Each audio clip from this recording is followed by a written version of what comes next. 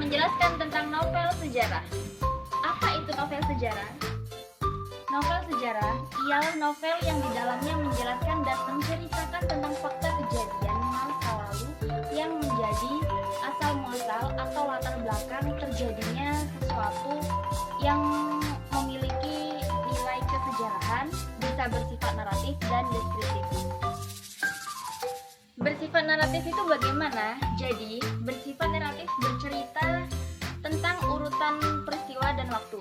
Sedangkan bersikap deskriptif menggambarkan secara detail, yaitu latar dan waktu, suasana, tokoh, dan kejadian.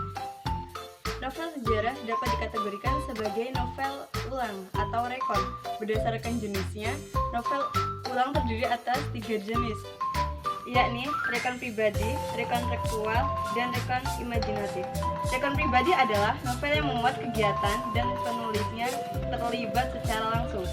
Yang kedua ada rekon faktual atau informasional, adalah novel yang memuat kejadian faktual seperti eksperimen ilmiah, laporan, porsi, dan lain-lain.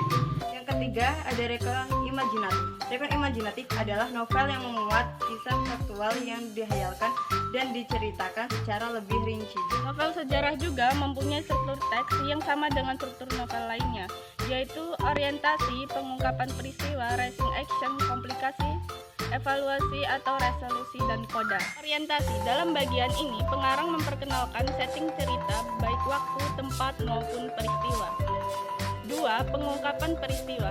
Dalam bagian ini disajikan peristiwa awal yang menimbulkan berbagai masalah, pertentangan, ataupun kesukaran-kesukaran bagi para tokohnya. 3. Racing action. Terjadi peningkatan perhatian, kegembiraan, kehebohan, ataupun keterlibatan berbagai situasi yang menyebabkan bertambahnya kesukaran tokoh. 4. Komplikasi. Bagian ini disebut juga sebagai klimaks.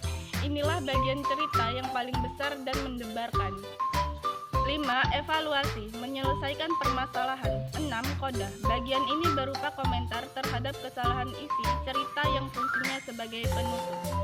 Kaidah kebahasaan teks cerita sejarah atau novel sejarah, yaitu menggunakan kalimat bermasa lampau, kata-kata tindakan atau verbal material, kata hubung yang menyatakan urutan waktu, konjungsi, kronologis atau temporal, kata kerja yang menunjukkan kalimat tidak langsung, kata kerja mental, dialog, dan kata sifat.